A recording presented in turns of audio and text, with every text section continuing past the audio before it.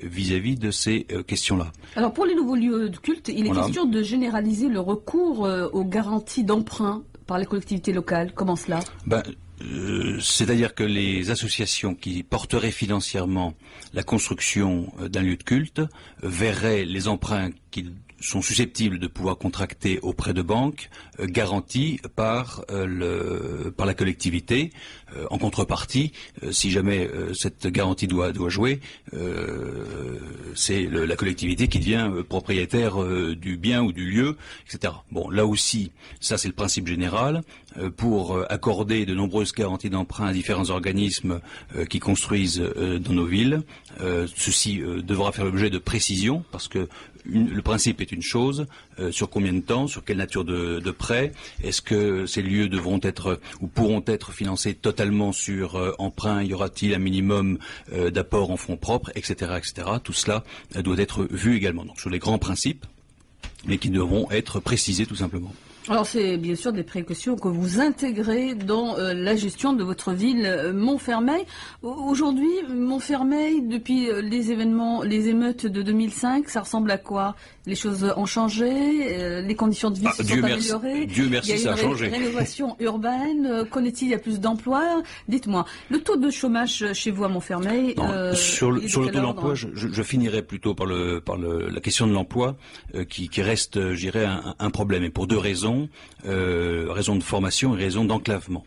Mais par ailleurs, et pour parler des choses qui marchent bien, le plan de renouvellement urbain qui a été signé, un des premiers qui a été signé par Jean-Louis Borloo, Claude Dillin, le maire de Clichy-sous-Bois, et moi-même, je dirais, a permis et va permettre encore cette année des transformations radicales dans le paysage quotidien des personnes. C'est-à-dire qu'on s'éloigne de ces grandes barres, de ces grandes tours où on concentrait 150 logements d'un seul tenant et dans des copropriétés qui depuis 40 ans n'avaient jamais pu bénéficier d'aucun travaux d'entretien parce que les syndics avaient été, les syndics et les propriétaires avaient été défaillants, à des petites unités de 50 logements résidentialisés où, je dirais, on a l'impression d'avoir une adresse à soi et de ne pas être, je dirais, posé là quelque part sur un terrain qui n'avait pas, on ne savait jamais si on était chez les uns, chez les autres, dans le domaine public ou le domaine privé. Et de ce que j'entends et de ce que les gens me disent, et les habitants eux-mêmes, non seulement nous arrivons à reloger les familles, et c'est normal,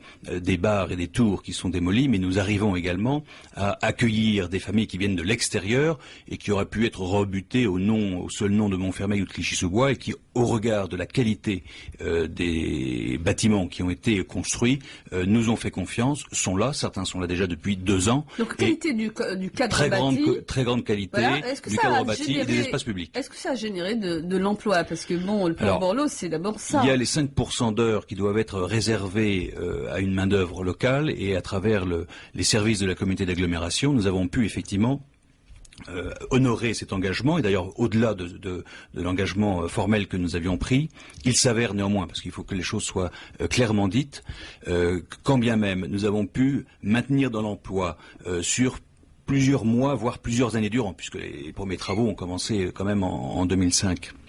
2006, un certain nombre de personnes.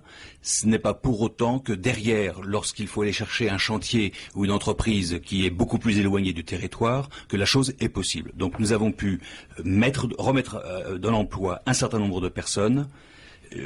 Pour certaines, c'était suffisant pour reprendre leur envol et, je dirais, pouvoir évoluer. Pour d'autres, la difficulté revient très rapidement. Faut être honnête, il y a une vraie difficulté. Les difficultés viennent de la formation initiale, et je reviens sur la question du chômage. Sur la formation initiale, sur la mobilité. Il est de plus de 42% dans ces cas. Non mais c'est considérable, je ne le nie pas, et on a 15 personnes, nous, à la communauté d'agglomération, pour s'occuper, je dirais, de l'emploi des adultes, et on a une trentaine de personnes à la mission locale, une vingtaine de personnes, pardon, à la mission locale pour les 16-25 ans. Bon, et la difficulté aussi, c'est l'enclavement du territoire, et quand bien même vous disposeriez, je dirais, d'un savoir-faire et d'un savoir-être, puisque je dirais, ces deux choses sont sont importantes. Un employeur, il fait attention au savoir-faire et au savoir-être. Lorsque vous avez 3/4 d'heure à 1 heure de plus de transport qu'un autre, lorsque vous êtes en cas de grève ou de difficulté plus sujet au retard que d'autres, eh bien c'est un facteur. Mais qu'est-ce qui a été apporté justement en matière de transport pour permettre justement... Écoutez, il y a un tramway Noménésie qui s'appelle le T4, dont à chaque fois vous me faites le plaisir d'évoquer et dont je peux parler à chaque émission, mais vous avez commencé à m'inviter en 2005, on est en 2011 et je vous en parle toujours. C'est l'occasion de faire le bilan justement, parce que pour voir un peu si les choses avancent très vite. Écoutez, les hostilités, les collectivités qui sont hostiles au passage du T4 jusqu'à l'hôpital de Montfermeil sont toujours aussi remontées contre ce projet et multiplient les obstacles à son encontre. Je dois dire que le syndicat des transports Île-de-France, qui pendant un certain nombre d'années n'avait pas été très rapide, on va dire, ou très entraînant sur les études, a mis les bouchées doubles et qu'actuellement c'est à haute dose que nous réfléchissons techniquement à son tracé et aux différentes modalités techniques qui accompagnent le tramway. Mais ça ne servirait à rien d'avoir un accord sur le tracé sur les villes de Clichy-sous-Bois et de Montfermeil et de ne pas pouvoir se raccorder sur la ligne existante du T4. Et là, c'est encore la grosse inconnue. Alors, et je souhaite... C'est la grosse inconnue jusqu'à quand? C'est à l'infini? Jusqu'à ce que le syndicat des transports Île-de-France et donc la région quelque part et également l'État puissent faire entendre aux collectivités traversées par ce projet et qui font obstacle qu'il est vital pour les 60 000 personnes qui habitent à Clichy-sous-Bois et à Montfermeil, à ce que ces dernières soient le plus rapidement reliées au pôle économique que sont Paris, Roissy, parce que c'est une question vitale pour les raisons que j'avais évoquées. On ne peut pas se contenter, on ne peut pas se satisfaire, on ne peut pas accepter et tolérer les taux de chômage auxquels nous avons à faire face dans nos villes, et tous les efforts qui sont déployés par ailleurs, eh bien, sont réduits à néant par cet enclavement persistant. Alors l'autre grand problème et l'autre grand phénomène, c'est bien sûr ce qu'on appelle les décrocheurs scolaires. Hein, et chaque année, ils sont 150 000 exclus du système scolaire. Le président de la République, Nicolas Sarkozy, a annoncé justement le lancement de 20 nouveaux établissements d'éducation, d'établissements de réinsertion scolaire. C'est plutôt une bonne chose, ça? C'est une bonne chose, oui, parce que Est-ce que Montfermeil est concerné par ces 20 nouveaux établissements? Oui, on est susceptible de l'être, puisque je dirais c'est pas des établissements qui sont affectés à un territoire, mais qui sont susceptibles d'accueillir des jeunes et des enfants de nos territoires au sens large du terme. Donc là, on est dans le traitement de la conséquence, effectivement, du décrochage. Il est aussi important, grâce notamment à la réussite éducative, mais à d'autres dispositifs, d'essayer de prévenir ce décrochage. Nous avions cru... Anticiper, bien sûr. Nous avions cru collectivement que les difficultés s'établissaient au niveau du collège. Et un certain nombre de dispositifs ciblés sur le collège ont été mis en place. On s'aperçoit effectivement, en fait, que la difficulté remonte à l'école élémentaire. Et donc, là aussi, on est obligé de recadrer ou de décaler ces dispositifs beaucoup plus en amont pour éviter que, à l'arrivée du collège, finalement, le collège n'est qu'un révélateur. C'est pas lui qui fait décrocher les jeunes. Ce n'est qu'un révélateur d'une insuffisance scolaire accumulée dans le primaire. Le dispositif de réussite éducative qu'il a encore... Une insuffisance due à quoi? Par rapport à que vous l'expliquez. Insuffisance de structure matérielle, humaine? Il y a plusieurs facteurs. Un des facteurs, la non-maîtrise de la langue française. Vous l'avez déjà dit dans cette même émission. Oui, mais je le redis parce que ce que je vais dire, c'est vrai et je n'y voyais aucun jugement de valeur, mais un constat. Pour certains enfants, le seul contact avec la langue française, c'est durant les cours, pour peu que le cours ne soit pas un chahut. Parce qu'ils parlent pas la langue reste du temps, tout le reste, parce que non seulement, c'est pas le principe, c'est la réalité. Je consacre énormément d'argent avec Clichy-sous-Bois pour justement essayer de rattraper la non-connaissance du français pour un certain nombre de parents et notamment de mamans. Et donc à la maison, on parle la langue du pays.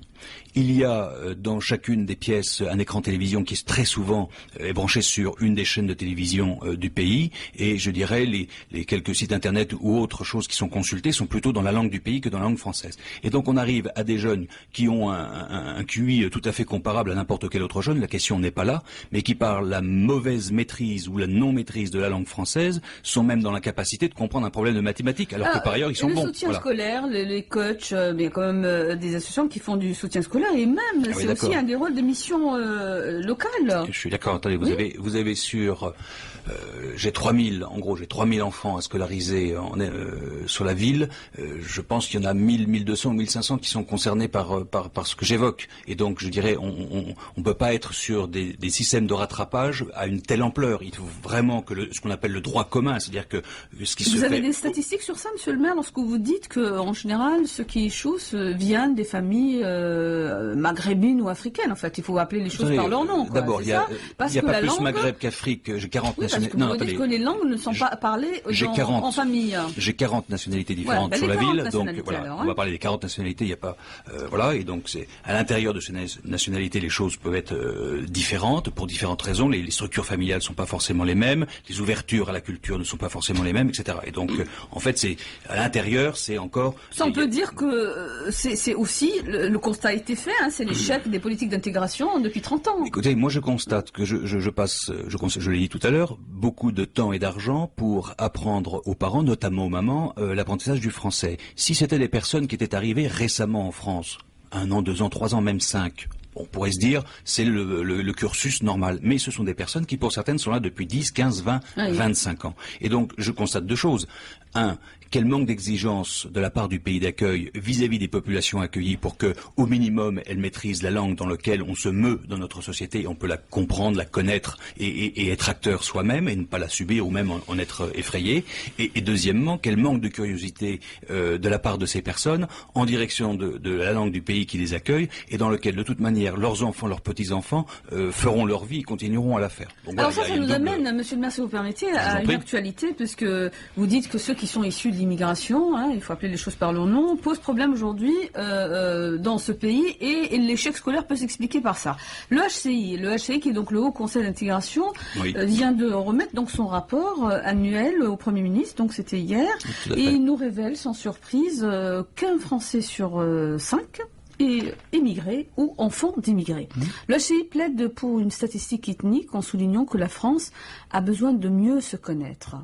Est-ce à dire que la France ne se connaît pas suffisamment et pour justement relancer ce modèle républicain d'intégration, ne faut-il pas passer justement par ces interrogations que nous sommes en train de poser dans le cadre même de cette émission ? J'ai pas d'avis. Enfin, c'est un sujet très polémique sur ce qu'on appelle les statistiques ethniques. Moi, si déjà les dispositifs existants en termes d'accueil et d'accompagnement des populations accueillies sur le sol français fonctionnaient, on ne serait pas dans les difficultés que l'on peut rencontrer dans un certain nombre de quartiers, pas partout, mais dans un certain nombre de quartiers tout de même, et on n'éprouverait pas le besoin, alors sain ou malsain, je n'en sais rien, d'aller triturer des statistiques pour dire quoi. Moi, je regarde pas les statistiques, je regarde la situation des personnes telles qu'elles se trouvent. Elles ont la nationalité française, elles ne l'ont pas, elles sont d'origine, elles ne sont pas d'origine, je dirais, c'est pas le souci, c'est pas le sujet. C'est quelle est la situation auquel on a à faire face et quelles sont les chances que leurs enfants ont de pouvoir profiter de ce que délivre l'éducation nationale. C'est toujours perfectible, j'en conviens, mais à minimum de pouvoir en profiter et de ne pas, je dirais, être dans les écoles élémentaires notamment avec un tas d'activités très sympathiques, mais qui pendant ce temps-là, les bases fondamentales du français et du calcul ne sont pas acquises. Et quand on arrive sur le collège, on se prend de plein fouet l'échec, c'est l'adolescence qui commence, la perte de confiance en soi, le décrochage, pour certains la délinquance très rapidement, pour d'autres une vraie souffrance de jeunes et d'adolescents, et devoir effectivement courir après les conséquences. Je préférais essayer de remonter aux causes. Pour les statistiques, moi on ne va pas faire de raccourci, monsieur le maire, si vous permettez, on va revenir justement sur ces statistiques assez importantes qui disent qu'un habitant sur 5, donc un Français sur 5, est immigrés ou enfants d'immigrés. Cette immigration n'a jamais posé de problème en France. Il y a une immigration portugaise, italienne. Pourquoi est-ce qu'aujourd'hui on met le curseur sur cette immigration et qu'on explique tous les échecs par ça ? Moi, je constate, je ne dis pas que... attendez, c'est pas l'immigration, effectivement, a toujours existé en France, mais je ne compare pas l'immigration portugaise ou européenne, où je dirais il y avait un substrat culturel, je dirais, très très proche du substrat culturel de la France, de populations qui culturellement, et c'est un constat, sans que ce soit un jugement de valeur... Oui, la France est le pays de la diversité culturelle aussi. Je veux bien toute la diversité, mais à un moment donné, le vivre ensemble, c'est aussi partager des mêmes conceptions sur l'homme et des mêmes conceptions sur la vie en société. Se respecter aussi les convictions des autres. D'accord, tout ce que je veux bien et je ne dis pas le contraire. Mais lorsque vous êtes en provenance de pays qui sont de civilisations différentes, c'est un constat, c'est pas un jugement de valeur. Je pense que notre monde effectivement est très divers et que l'on peut avoir des points de vue. Vous êtes dans une perception monolithique un petit peu de la France. Excusez-moi de vous le dire, parce que vous venez de dire, c'est partager les mêmes perceptions, les mêmes conceptions. C'est pas la perception, c'est pas le modèle français. Le modèle français, il est basé sur une diversité, une diversité de perceptions. Eh bien non, justement, puisque hélas, ce qu'il se passe, c'est que le différentiel, alors on va parler de différentiel culturel, est tel que le vivre ensemble est de moins en moins évident et que lorsque vous examinez les recensements successifs de l'INSEE ou les rapports annuels de l'Observatoire national des zones urbaines sensibles, que constate-t-on? Eh bien que les mouvements de population à l'intérieur de l'Hexagone, à travers les déménagements, sont pour reconstituer un espèce d'entre-soi. C'est un phénomène émergent depuis 10 ans, une dizaine d'années, qui n'existait pas avant. Donc c'est ce que vous appelez le repli communautaire. Appelez ça comme vous voulez. Ça parce c'est une réponse à un repli, j'allais dire, à des dérives idéologiques. Nous n'avons pas été capables. Attendez. Moi, la copropriété des Bosquets, je sais comment elle a vécu, comment elle a évolué. Ouais. Et je vois comment certaines résidences sociales du centre-ville de ma ville évoluent, et je vois comment, y compris des quartiers pavillonnaires, évoluent. Il y a eu, à une époque, dans ces bars que l'on est en train de détruire, une vraie vie sociale, une vraie mixité. Une vraie mixité qui n'existe plus aujourd'hui. Qui n'existe plus. Voilà. Eh ben voilà. Alors d'accord. Et à ce moment-là, on se pose la question. Mais à qui la faute? Non, mais justement, on se pose la question parce qu'on a les réponses. Il y a des acteurs politiques dans ce pays. Est-ce qu'ils sont responsables de cette situation, oui ou non? Et là, on a en face de nous un habitant de Montfermeil qui va nous dire comment il se sent dans la France d'aujourd'hui, Monsieur Bramny. Si vous permettez, je voudrais relever 2 ou 3 points dont a parlé Monsieur le maire, et pour apporter justement une contradiction à ce qu'il dit. Quand il dit que les parents aujourd'hui ne parlent pas français chez eux, moi je prouve le contraire, monsieur le maire.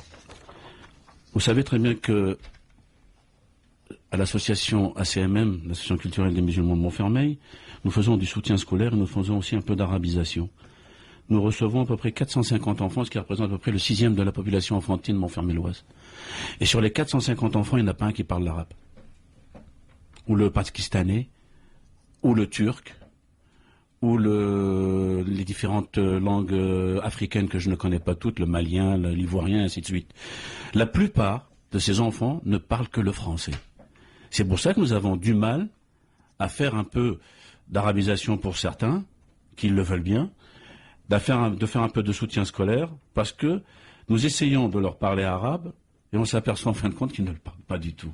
Donc là, c'est le point déjà de contradiction avec ce que vous disiez tout à l'heure. C'est donc 2 constats différents, vous voyez. Donc c'est pour ça que je vous disais tout à l'heure, on ne pouvait pas extrapoler. Je peux faire venir Monsieur le maire au siège de l'association et discuter avec les élèves le samedi ou le dimanche s'il le veut, et il verra que de l'arabe, ils ne connaissent que salam alaykoum.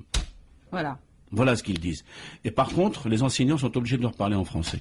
Et moi-même, qui suis un peu le proviseur un peu de cet établissement, hein, j'ai souvent l'occasion d'être là, le samedi et le dimanche, parce que quand les bénévoles n'ont pas d'horaire, automatiquement, je m'aperçois que ces enfants, j'essaie de leur parler en arabe, je maîtrise un peu, et ils ne parlent pas l'arabe. Monsieur Bramny, tout à l'heure, monsieur le maire était tenté d'expliquer l'échec scolaire. Par quoi vous l'expliquez, du coup, si c'est pas un déficit Je vais vous donner un exemple bien précis. Oui. Il y a certains proviseurs dans certains lycées, je dirais pas tous, attention, hein. Et ça m'est arrivé à mon cas personnel avec une de mes filles. Oui. On dirige automatiquement un enfant, hein, qui est, disons, un peu hésitant sur son orientation scolaire ou autre, vers un BEP. Voilà. Orientation forcée, ça s'appelle. L'orientation forcée. Ou subie. Mes filles étaient à Schweitzer. Les 2 grandes étaient à Bondy. Elles ont eu leur bac. Elles ont fait 2 ans plus après. Ils ont fait leur. Il y en a une qui est infirmière que connaît M. bien Lemoine, parce que M. Xavier Lemoine. Mais la 3e on a voulu la diriger vers un BEP. Elle est venue me voir, elle a pleuré, elle me dit, papa, écoute, c'est un problème parce que il y a des enfants qui sont moins bonnes que moi, elles passent en terminale, et moi, il veut pas que... J'étais voir le proviseur à l'époque, Oui. je discutais avec lui, et j'ai fait une promesse, je lui ai dit, écoutez, moi j'étais moins présent parce que j'avais beaucoup de travail, il fallait élever les enfants, tout ça, mais dorénavant, je serai derrière Sherazade. Elle s'appelle Sherazade. Oui. Et ben Sherazade a eu son bac en terminale. Il m'a écouté, il a écouté mon vœu. Elle est passée en terminale, elle a eu son bac et aujourd'hui elle est cadre dans les assurances. Elle a réussi sa vie. À 29 ans aujourd'hui, elle gagne bien sa vie, tout ça. Mais ce n'est pas un cas isolé. C'est pas un cas isolé. Peut-être pas. Je pense à ça, monsieur le maire. Sur Oui. cette question-là, vous m'avez posé, c'était sur les élèves décrocheurs. Oui. On l'a traité et je maintiens ce que j'ai dit. Sur la question de l'orientation, effectivement, il y a de la part de nos jeunes un plus fort ressentiment à l'encontre de l'éducation nationale qu'ils en ont à l'encontre de la police nationale. Car effectivement, et moi je l'ai vécu aussi, nous avons, enfin moi, nous Quel avons rapport avec à la police nationale? non, parce qu'on oui. on stigmatise souvent les rapports difficiles entre la police nationale et les jeunes, et on oublie qu'effectivement il y a une très forte frustration, voire colère, vis-à-vis de l'éducation nationale et sur les questions d'orientation. Moi-même, nous avons 7 enfants avec mon épouse. J'avais un certain nombre d'enfants qui n'étaient pas très bons à l'école, effectivement. Oui, mais ça peut exister, Qui tout de suite, non, mais qui absolument, tout de oui. suite et sans forcément beaucoup de discussions, ont été orientés et à qui on a fortement conseillé de prendre des filières style BEP qui n'ont rien d'infamant par ailleurs. Bon, il a fallu effectivement que nous-mêmes montions au créneau pour essayer de pousser nos enfants jusqu'au bac et effectivement, c'est avéré qu'après le bac, c'était des enfants qui trouvaient leur épanouissement dans les filières qu'ils ont choisies. Et donc, il y a une vraie question, et je rejoins là-dessus Monsieur Bramy, sur l'orientation des élèves que nous avons en Seine-Saint-Denis. Tout à fait vrai. C'est une autre chose, les enfants décrocheurs, puisque je dirais là, on est sur vraiment un échec scolaire. Après, l'orientation, c'est autre chose. Alors, effectivement, une orientation BEP, ça se fait en fin de collège, alors que les enfants décrocheurs, c'est en début de collège, généralement, milieu de collège. Et effectivement, sur des filières dans lesquelles ils ne se réalisent pas, dans lesquelles ils se trouvent malheureux, sur des voies de garage contraints, etc., peut générer derrière, effectivement... Est-ce que cette orientation difficultés. forcée concerne que ces minorités? C'est ça la question. En règle Monsieur générale, Bramy, générale, je le pense. Je ne voudrais pas l'affirmer parce que je n'ai aucun chiffre, je n'ai aucun statistique. Les parents sont moins armés Mais pour les connaître parents, les dédales de l'orientation et Oui, pour mais- monter au créneau vis-à-vis du proviseur ou du principal et pour demander ou Monsieur négocier Lemoine, autre chose. Monsieur Lemoine, je me permets de vous contredire. Là, vous parlez des parents de première génération. Or, aujourd'hui, les parents à qui on a affaire, c'est les parents de deuxième et troisième génération. D'ailleurs, des parents qui ont été à l'école, les premières générations n'ont pas eu la chance d'aller à l'école. N'ont pas eu la chance de pouvoir, disons, qu'on les a recueillis dans ce pays, manu militari, c'est-à-dire on les a mis dans les chantiers, faites le travail qu'on vous donne à faire, on ne leur a même pas appris. Nous, la chance d'être Algériens, nous avions été colonisés, donc nous parlions français, excusez-moi.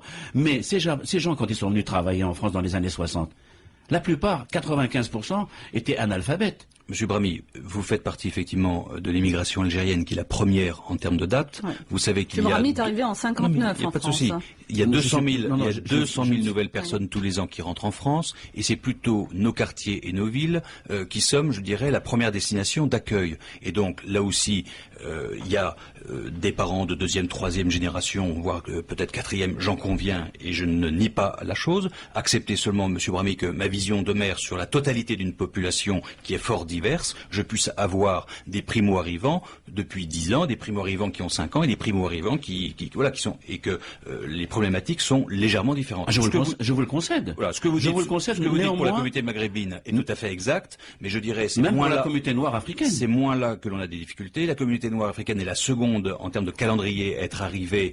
Il y a toujours, je dirais, ça continue toujours d'arriver de certaines manières, par certains biais. Ensuite, c'est la communauté turque et ensuite, je dirais, tamoul, sri-lankaise, pakistanaise. Vous savez que etc. l'immigration algérienne est stoppée de 1914, de 1974, avec les accords Giscard, Monsieur Giscard Tout à fait, et Monsieur Boumedienne, que Dieu ait son âme. Alors, Donc, on va pas voilà. s'éloigner de notre débat. Il est 19h27. C'est l'heure de la pause publicitaire. Nous vous retrouvons, bien sûr, mais nous retrouvons également nos auditeurs au 08 92 23 34 00. À tout à l'heure.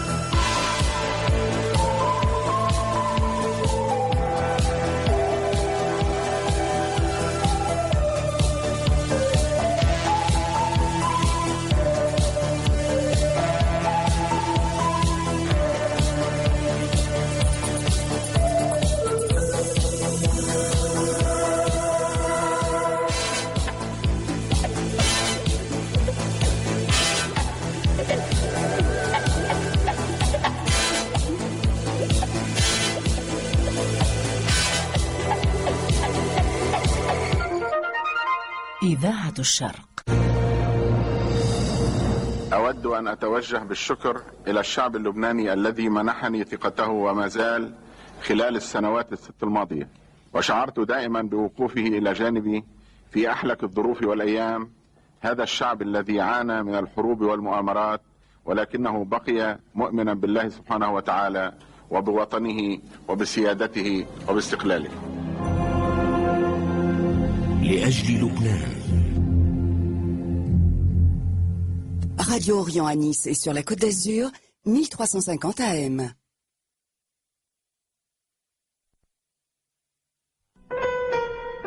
سيرة ومدينة. سيرة المبدعين العرب في باريس. ذكريات وتأملات على ضفاف السين.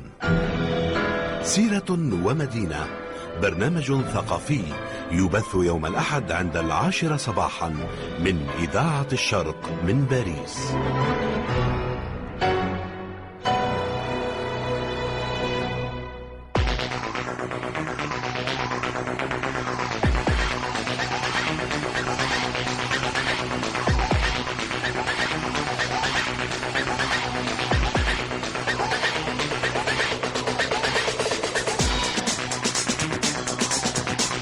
Retour sur le plateau de Sans Transition, comme tous les jeudis. Amis auditeurs, vos élus vous parlent au 08 92 23 34 00.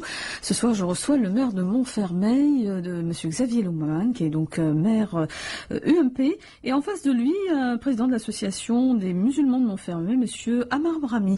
Alors, j'ai envie de dire un mot sur cette future mosquée. On avait parlé d'une grande mosquée, Clichy, Montfermeil. Où ça en est exactement? Ou c'est une histoire oubliée? Ah non, c'est pas une histoire oubliée, en tout cas pour moi, sûrement pas, puisque nous étions mis d'accord, Claude Dillin, donc le maire de Clichy-sous-Bois et moi-même, pour qu'il puisse avoir un lieu de culte qui s'appelle mosquée. Je distingue lieu de culte qui sont des salles de prière, mosquée qui est un monument dont la vision montre tout de suite de quoi il s'agit. Cathédrale, voilà. Tout de suite on sait de quoi il s'agit. Première précision.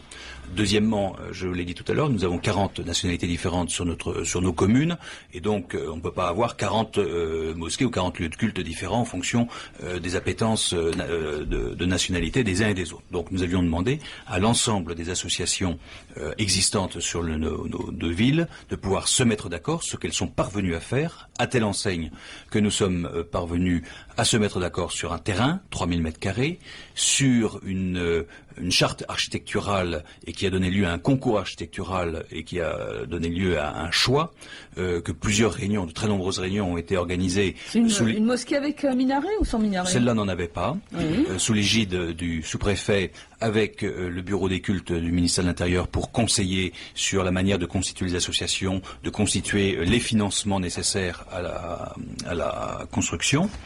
Les travaux ont commencé, donc je dirais les pelleteuses sont arrivées, les fondations sont faites. Hélas, à l'intérieur de la fédération d'associations, des différends sont intervenus. Je n'ai pas à m'exprimer davantage puisque, hélas, c'est une question qui est interne à cette association. Et donc, pour l'instant, les choses sont gelées. Et voilà. Mais je ne peux pas me substituer, en deux mots, je ne peux pas me substituer aux difficultés que rencontre la communauté musulmane, même si j'ai reçu tout. Vous semblez dire qu'il y a des divergences au sein de cette communauté. On va y revenir si vous voulez. Alors, au 08 92 23 34 00, on accueille un premier appel. Miloud, bonsoir. Oui, bonsoir. Bonsoir. Votre invité. Le maire de Montfermeil. Oui. Monsieur le maire de Montfermeil. Oui, tout à fait. Bonsoir, monsieur.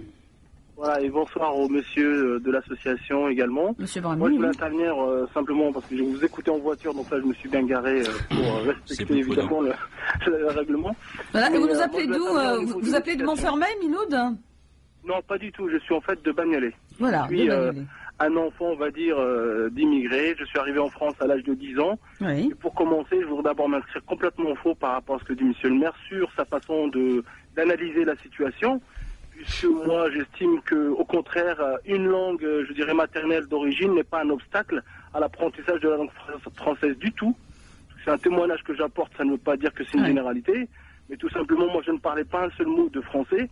Et je pense que ce qui fait qui est fondamental pour un enfant, c'est que les parents sachent et montrent à quel point l'école c'est important. Et je pense que tout se joue là-dessus, sur le discours des parents, sur le discours que l'enfant a par rapport à son environnement. Malheureusement, aujourd'hui, le processus et le cheminement d'un enfant vers sa citoyenneté, c'est tout simplement, il y a plusieurs paramètres et ça a changé entre aujourd'hui et il y a 30-40 ans. Et moi, je voudrais revenir surtout sur le problème de l'éducation. Alors, il va vous répondre tout de suite. Restez avec nous. Très rapidement, Il dit que la langue, ce n'est pas un obstacle. Et qu'on ne peut pas expliquer l'échec scolaire par ça. Le fait qu'en plus du français, il y ait une langue maternelle n'est en rien un obstacle. Au contraire, c'est plutôt un enrichissement. Mais dès lors qu'à la maison, le français n'est pas maîtrisé et que ce n'est uniquement la langue maternelle qui est véhiculée et qu'il n'y a pas cet échange en français et que les parents ne possédant pas le français ont plus de mal vis-à-vis des institutions, notamment l'institution scolaire, est un handicap. Voilà, si j'ai pu préciser et s'il y a eu un malentendu entre nous. Miloud, vous avez une autre question, oui? Pour dire que s'il y a un environnement encore plus favorable au niveau de la langue française à la maison, évidemment, ça peut être en plus. Et moi, j'ai cette opinion et j'en suis sûr que c'est pas le cas. Mais simplement aujourd'hui, on parle d'immigration, on parle des problèmes qui se passent au niveau de l'éducation, on fait souvent la liaison parce qu'il y a une certaine forme d'immigration qu'aujourd'hui on n'arrive pas à gérer, etc. Bon, je schématise rapidement pour aller à l'essentiel. Simplement, ce sont les enfants de la République aujourd'hui. C'est-à-dire qu'il y a une deuxième, troisième génération. Les parents parlent parfaitement le français. Les parents parlent à leurs enfants le français également.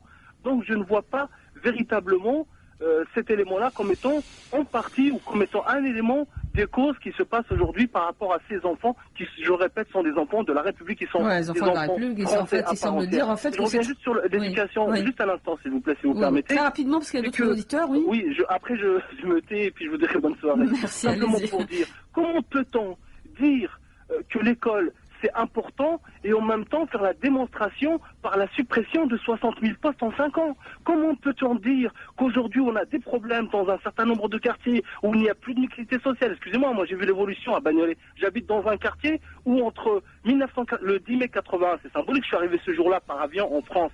D'accord, le 10 mai 80 et aujourd'hui, eh bien on constate qu'il y a une certaine ghettoisation qui s'est installée, qui s'est banalisée aujourd'hui. Et quand on discute, moi je suis très, j'interviens énormément dans les débats, j'essaie de peser à ma façon en tant que citoyen, et quand on parle de mixité sociale, ce n'est pas un vain mot. Le problème aujourd'hui, c'est qu'il est où le plan Marshall? Où est-ce qu'il est cet argent pour essayer de trouver les leviers qui permettent une véritable mixité, comme Mme Boutin fait une loi pour faire le contraire, c'est-à-dire qu'on dépasse de 10% un certain montant, eh bien on est obligé de partir d'un appartement. Comment peut-on faire de la mixité sociale en faisant des lois pareilles? Deuxièmement, au niveau de l'éducation, on supprime 60 000 postes en 5 ans. Mais comment peut-on imaginer, croire à un moment qu'en supprimant des postes dans nos quartiers populaires, eh bien on va faire la réussite des jeunes? Je veux dire, à un moment donné, il y a le discours, il y a la réalité, et face à cette réalité, il faut, moi je pense qu'il faut, je suis enseignant par ailleurs, je pense qu'à un moment donné, les politiques doivent se dire qu'ils sont responsables et qu'ils sont devant leurs responsabilités et qu'ils s'ils veulent relever notre République à laquelle je tiens beaucoup, eh bien il y a du travail et qu'il ne faut pas tenir un discours en disant on fait et à côté finalement on fait du saccage social. Voilà un républicain convaincu, justement, pour revenir un petit peu sur la question de Miloud, mais je vous donnerai la parole d'expliquer en fait effectivement l'échec scolaire que par les déficits linguistiques. C'est trop réducteur parce qu'effectivement il a bien fait d'évoquer la suppression des 60 000 postes dans l'éducation nationale. On enchaîne tout de suite avec 2 ou 3 auditeurs et on répondra aux auditeurs. Alors, monsieur ou madame, bonsoir. Allô? Oui, bonsoir.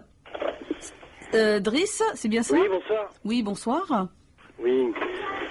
Bonsoir, parce que je suis passé tout à l'heure. Vous êtes intervenu effectivement tout à l'heure de 17h à 18h. On vous écoute. Vos questions? Moi, je parlais par rapport à l'intégration. Je vais donner un exemple d'intégration. Je suis moi né en France, de parents immigrés. Je suis un ex-militaire, d'accord. J'ai servi la France.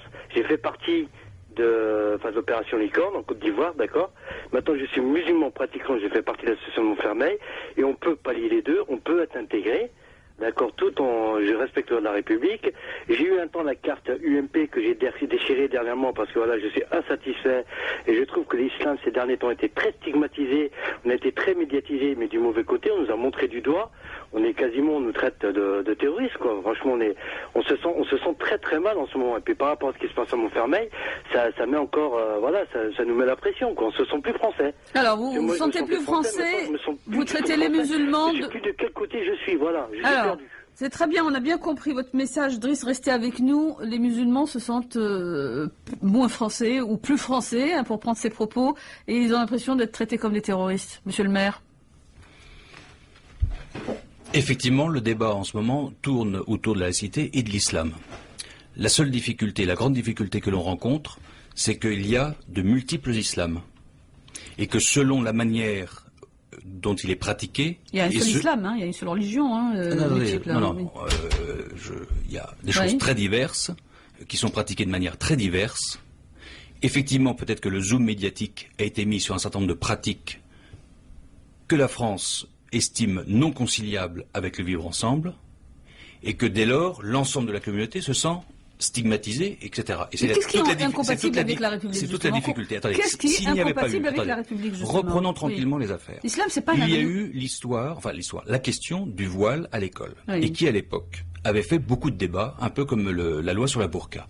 Très honnêtement, quand on se retourne sur la loi sur le voile, les choses se sont considérablement apaisées, et je pense que l'ensemble des acteurs a compris où était l'intérêt de tous dans cette affaire. Et pourtant, à l'époque, c'était extrêmement polémique. Là, on vient de sortir d'un débat long, qui a fait important, plus de mal que de bien, d'ailleurs. Je ne sais pas s'il a fait plus de bien. Mais non, mais attendez, on est en démocratie, on discute pas, on n'est plus en démocratie et on se plaint. Donc, à un moment donné, acceptons le débat, il est ce qu'il est, les gens s'expriment, etc. Et donc, je pense que, tout à l'heure, j'intervenais sur une chaîne de télévision en disant, nous sommes sur un certain nombre de débats passionnés sur cette question, et je pense que quand on se retournera dans quelques années, on estimera collectivement que nous avons bien fait collectivement de pouvoir fixer un certain nombre de limites à certaines pratiques, et que les choses permettront l'apaisement. Vous parlez de limites. Voilà. Oui, il y a des limites. Oui. À quoi? À quelle pratique? Dites-nous. La pratique de la burqa, j'estime notamment que... C'est marginal, on l'avait dit, on a fait une émission. C'est marginal. Alors on dit 200 ou 2000... Non, attendez, c'est 2000. Alors si vous faites ça au niveau du territoire national, j'en conviens. Sauf que les choses se concentrent dans un certain nombre d'endroits et donc ont une plus grande visibilité. Premier point. Deuxième point, je l'ai indiqué à plusieurs reprises, je suis moi président d'un conseil de surveillance d'un hôpital et je vois de plus en plus de femmes ou d'hommes qui récusent le médecin ou le soignant dès lors qu'il n'est pas du même sexe. À un moment donné, je pense que c'est plus les directeurs ni les soignants qui vont devoir faire face seuls à ces questions-là, comme on pouvait être seul vis-à-vis des phénomènes de burqa, et que c'est la représentation nationale qui devra dire désolé, et d'ailleurs c'est dans les propositions de Jean-François Copé. Oui, dans les 26, absolument. Voilà, oui. Et donc pour réaffirmer un certain nombre de choses. Mais je crois qu'il faut dire les choses, mais c'est un peu facile aussi, parce qu'on aborde certaines questions délicates, de se sentir systématiquement visé, stigmatisé, etc. Il y a des vrais débats auxquels nous avons, je pense, intérêt les uns les autres à apporter notre concours. À faire beaucoup de pédagogie. Et on va voir si l'association qui est en face de vous, justement, fait un peu de pédagogie par rapport à ça. Monsieur Brahmi. Oui, la pédagogie, on ne fait que ça, de toute façon. Oui. Mais au moins qu'on nous donne les moyens de la faire et puis qu'on nous laisse la faire, surtout. Alors, je suis pas d'accord avec monsieur le maire quand il parle, justement, de la burqa. La burqa n'est pas un problème de l'islam, de toute façon. Et comme je l'ai dit à monsieur Cohen et comme je l'ai dit à monsieur Eric Raoult, quand je les ai rencontrés, il n'y a qu'un seul islam depuis 14 ou 15 siècles. Seulement, il y a plusieurs interprétations de cet islam. Et ça, je vous le concède. Mais l'islam est le même pour tous. C'est-à-dire que le Coran est un livre saint et toutes les recommandations qui sont faites sur le Coran par notre tout-puissant Seigneur, elles sont conduites par tous les musulmans. Seulement... Vous savez que c'est pas la seule source du droit. Non, mais c'est pas les thunes. Non, mais attendez, quand vous parliez du Dieu du Coran, vous voulez dire quoi, monsieur le maire? Et là, c'est une insulte aux musulmans que je suis. Le Dieu que nous louons tous est le même. Vous savez très bien que nous savons les trois principales religions monothéistes qui sont la chrétienté, le judaïsme et l'islam, et c'est reconnu un peu par tout le monde, en fin de compte, à travers la terre. On ne peut pas ignorer 1,5 milliard de musulmans en disant des choses comme celle-là. Donc, le fait aujourd'hui que sur Montfermeil, les musulmans se sont stigmatisés, pourquoi? Et vous le savez fort bien, monsieur le maire. Nous avons eu des dialogues très brefs, qui ont duré 3 minutes, et ensuite, après, nous avons des dialogues comme le dernier, qui a duré 2 heures. Et je vous ai dit qu'il faut qu'on dialogue. Qu'est-ce que nous cherchons, nous, en tant que musulmans? Le mieux vivre ensemble, justement. Le mieux vivre, concéder à l'autre ce qui appartient à l'autre. Mais aujourd'hui, nous avons besoin de reconnaissance. Nous ne sommes pas reconnus. Vous dites qu'il y a de la prière dans la rue, des prières dans les rues. Je le déplore. Pourquoi je le déplore? Non, mais il y a un sociologue qui vient de prouver statistiquement qu'il y a 6 lieux dans toute la France. Mais le problème, c'est pas représentatif, le problème n'est pas là. Parce qu'il y a un problème d'exiguïté de l'espace. Et le gouvernement le dit lui-même, il faut 1000 mosquées de plus pour que les musulmans puissent pratiquer leur culte. Ce n'est pas moi qui le dis, ce sont les instances gouvernementales. Non, il faut même plus. Hein. Mais Madame Bey, oui. Monsieur Lemoine et Monsieur Dillin... Il faut 3000 mosquées aujourd'hui pour justement répondre aux besoins Madame Bey, s'il vous plaît.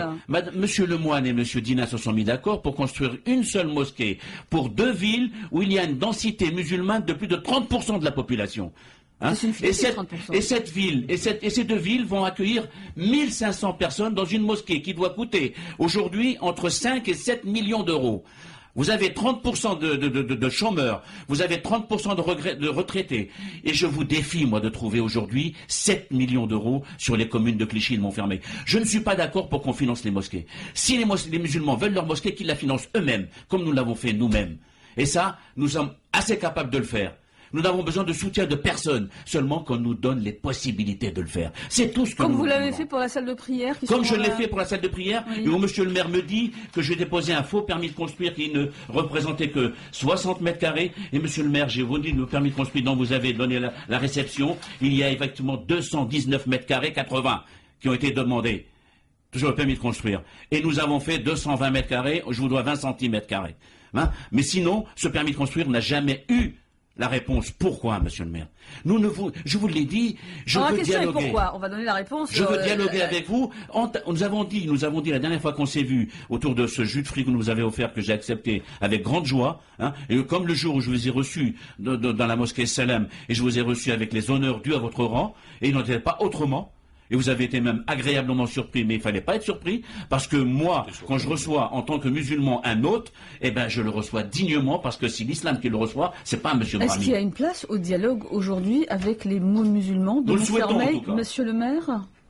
Sur la question du dialogue, pour moi, il est permanent. Sur la question très technique qui a été abordée par M. Brahmi, il y a une procédure contentieuse et donc je ne peux pas prendre la parole publiquement. Nous respectons. Voilà, nous respectons. Excusez-moi d'avoir... Voilà. Mais j'étais obligé d'en parler dans la mesure où il y avait quand même une certaine distorsion entre ce que vous aviez annoncé la dernière fois dans votre bureau et que je vous avais confirmé le contraire. Je ne sais pas si vous avez eu le temps de regarder justement ce permis, mais vous verrez qu'en fin de compte, les chiffres que j'avance sont les chiffres réels. Alors, on ne peut pas, bien sûr, développer plus que ça, cette question. J'espère qu'en tout cas, qu'il y a encore une place au dialogue et que M. le maire peut vous recevoir Tendez-nous la main, dans ses locaux et dans son bureau pour résoudre, parce que, je disais tout à l'heure, les personnages les plus sympathiques aimés par les Français sont les maires. Bah, qu'ils en profitent parce qu'ils vont disparaître avec les nouvelles lois. Bien sûr. Non, vous resterez toujours là. Non, l'intercommunalité. Non, mais il parle des pouvoirs que les maires n'auront plus, effectivement, dans le cadre de la Si on veut changer de réforme. sujet, parce que je ne peux pas m'exprimer sur ce sujet-là pour les raisons que j'ai indiquées, l'intercommunalité telle qu'elle va être organisée à partir de 2014, il y aura un conflit de légitimité entre le maire et les conseils communautaires. Et donc c'est une diminution des pouvoirs, et je crains que ce soit progressivement la disparition des maires, puisqu'effectivement on veut privilégier l'échelon région-département avec ce nouveau conseiller territorial et l'échelon interco-commune, mais en vidant de leur substance ce que peuvent faire les maires. Voilà. Alors, on va vous donner la parole. Une question. Alors, je voudrais quand même répondre à Miloud, le premier quand même. Vous allez devoir lui répondre, parce que pas maintenant. nous avons Mohamed qui attend depuis tout à l'heure. Okay, Mohamed, bonsoir. Est-ce que nous avons Mohamed en ligne avec nous? Bonsoir, Mohamed. Moi, je vous entends, bonsoir. On vous reçoit, aussi. C'est bon. Allez-y. Moi, par rapport au débat politique là, de 12 mois avant les élections présidentielles, donc apparemment, les musulmans, c'est devenu fonds de commerce de certains hommes politiques. Et en fait, souvent, quand ils font des sondages, ils expliquent que la priorité des Français en général, c'est le chômage, c'est la sécurité sociale, c'est, en bref quoi, des préoccupations économiques, et c'est surtout pas l'islam leur préoccupation, franchement, numéro un.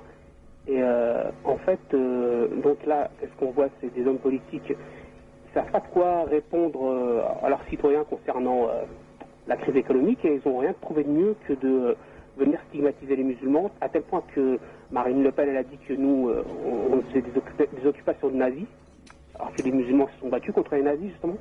C'est pour ça que moi, je pense que nous, les musulmans, il y a plusieurs auditeurs qui sont intervenus, qui ont dit oui, il faut voter, il faut voter. Ben, moi, je pense que déjà, il faudrait que maintenant, nous, les musulmans, vu que paraît-il qu'on est 5 millions, 6 millions, il faudrait fonder un parti politique à nous, quoi, c'est tout. Et voilà, et vendre nos voix bêtement, quoi, sans se dire je suis de droite ou de gauche, quoi, et de dire aux politiques qui s'amusent à nous considérer comme des Même des moins que rien presque. Alors justement, face à la dérive idéologique, Mohamed dit qu'il y a effectivement un risque de favoriser la tentation communautaire ou communautariste. Alors, Monsieur le maire. moi, ce que je veux répondre, d'abord, il ne s'agit pas de juger les musulmans, il s'agit de pouvoir débattre de certaines pratiques qui se font par certains musulmans, très clair. Même si ça peut paraître minoritaire ou marginal, ce ne l'est pas là où cela se passe. Premier déjà, point. vous relativisez. Non, je précise et j'ai toujours été sur ce discours-là. Deuxième chose, lorsque l'on m'oppose les sondages au regard des préoccupations, je crois que la crise économique, effectivement, elle touche tout le territoire français. En revanche, les difficultés que nous pouvons avoir dans les quartiers, ça ne touche que, en gros, 700 quartiers. Mais le débat sur l'islam, c'était une priorité. C'est ce que dit cet auditeur. En fait, il dit que les politiques n'ont pas de vraie réponse à la crise aujourd'hui. Ça ne touche que 700 quartiers. Et donc, si vous m'opposez un sondage national à un autre sondage national sur un fait qui, lui, touche que 700 quartiers, c'est très sûr, très certainement que vous aurez dans les résultats les préoccupations économiques en premier et les questions d'islam, pour faire bref, dans le fin de tableau.